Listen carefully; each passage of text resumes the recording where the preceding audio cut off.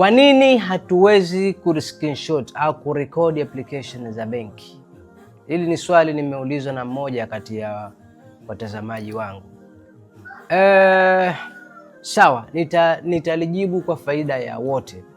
Kunatumika teknolojia gani kwenye simu ambazo zinatumia hizi Android na iOS?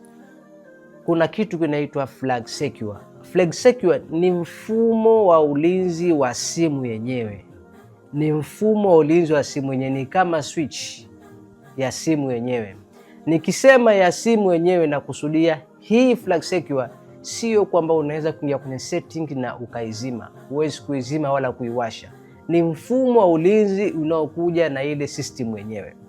Sasa watengenezaji wa application za mabenki au za fedha au nyingine ambazo hawataki ziwe zinarekodiwa au zinapigwa screenshot, wanaweka Flag Secure kwenye hizo application zao.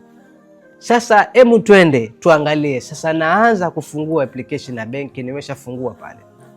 Nikifungua tu, kitendo cha kufungua tu ile application ya benki, ile application automatic inawasha on Flag Secure kwenye simu yako. Ni kama ile application inaipa command simu yako kupitia Flag Secure, inaambia hii application isirekodiwe, hii isipigwe screenshot. Ikipewa tu command simu, automatic simu inapokea command na inazuia kila kitu. Huwezi ku screenshot, huwezi ku video recording, huwezi kufanya chochote. Kitu gani kimetumika? Ni Flag Secure. Application ya benki na ile simu yako zimeonana, au application imeipa command simu yako, na ndiyo maana huwezi kurekodi wala kufanya screenshot. Hiyo ndio teknolojia inayotumika kuzuia screenshot application za benki. Lakini je, kwa faida gani? Faida ni kwako wewe, kwa sababu kukulinda password zako na OTP zako zisiweze kuchukuliwa.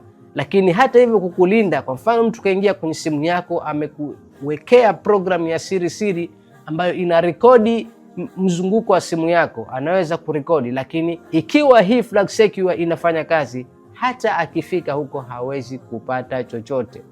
Najua wale watu ambao wanapenda kuchokora watanambia, vipi naweza kuiondoa hiyo? Ndiyo, unaweza kuondoa, lakini kuiondoa kwake kuna kazi sana. Maanake lazima uroot tena Android, yani ufumue ile system ya Android. Na ukifanya hivyo, kuna mambo mawili unaweza kukutana nayo. Inaweza kuwa ndio simu yako ikawa haina security kabisa, rahisi kudukuliwa, au hiyo application ya benki inaweza isiingie kabisa. Hii ni Zinjibari Technology. Kazi yangu ni kukwambia mambo ambayo huambiwi. Kama umependa video hii, ibonyezee like, na kama una swali, njoo sehemu ya comment.